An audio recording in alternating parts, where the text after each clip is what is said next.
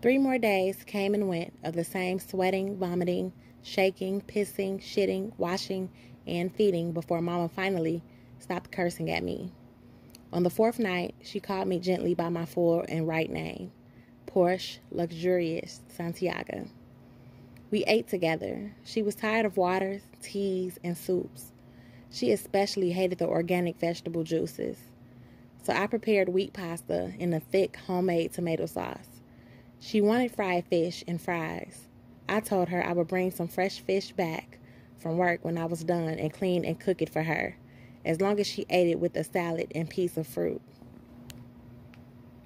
I promised I wouldn't duct tape her as long as she stayed calm during the daylight hours. I told her, "Mama, you gotta move around. Do a little exercise so your blood can circulate. We can even dance together when you are feeling better." Mama asked me politely that night, "When can I get out of these cuffs and chains?" I said, "When we can trust one another again."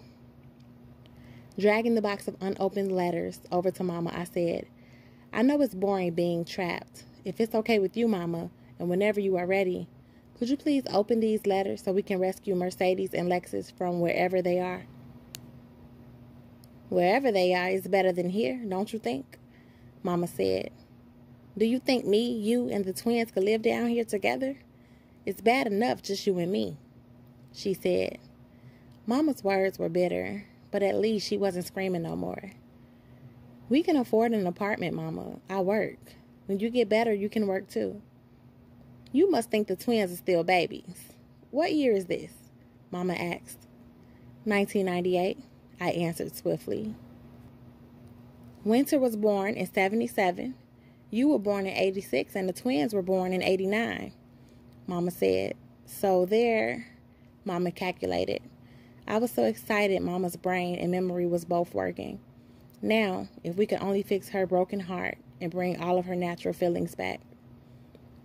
"They're 9 years old now," Mama said. "No matter what age, Mama, they're ours and families should stay together," I said with my truest feelings. "I guess in some dream world somewhere, families should stick together," Mama muttered. She shifted through the letters and chose one to open. By the end of the week, she had all the papers open, sorted, and read. She circled all of the numbers she needed to call and names of people she needed to speak to get information on the twins. When she was fully recovered, I would uncuff and unchain her, and we would walk up those cement stairs together for the first time and into the sun. I laid a pen and paper on the floor for Mama. "Write Papa," I requested softly. "I wrote his address for you in case you forgot." "I know his address," Mama said with attitude, revealing some traces of the meanness still in her. "You think he's a god or a king, don't you?" Mama asked me. "He's my papa," was all I answered. "He's not only your papa," she snapped. "I know. Winter is his favorite, and the twins were his babies. But I'm his daughter too," I said, feeling bad for having to say that. Why couldn't she just treat me the same as my sister? "Listen to what I'm telling you," she said in her mother tone. "Your father has a son. He named him after himself, Ricky Santiago Jr. Your father had another woman. Bitch thought she was better than me."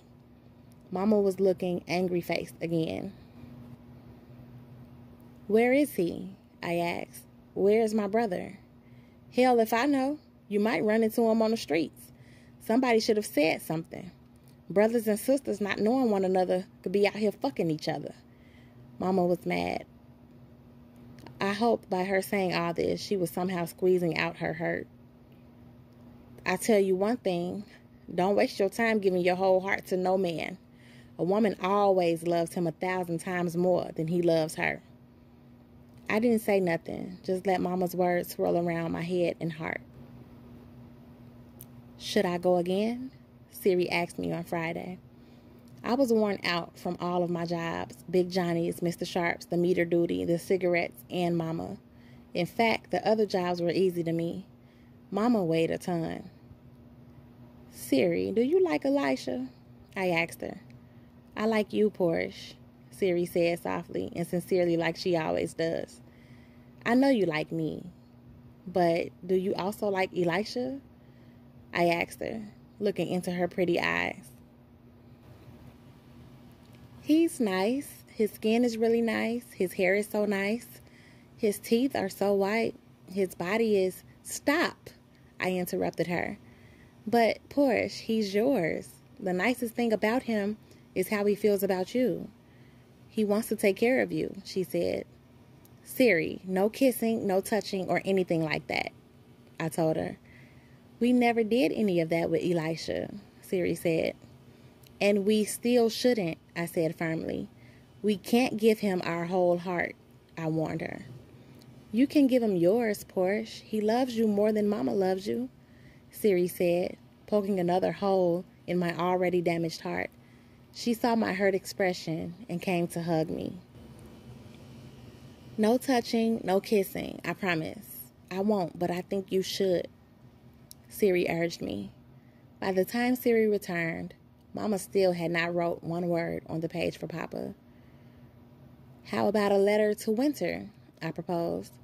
Mama looked blank. Winter didn't do anything wrong to you, I said. How would you know?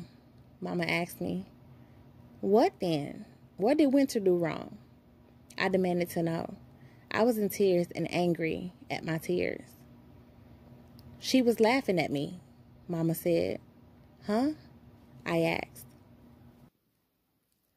Winter didn't do anything wrong except she was laughing at me.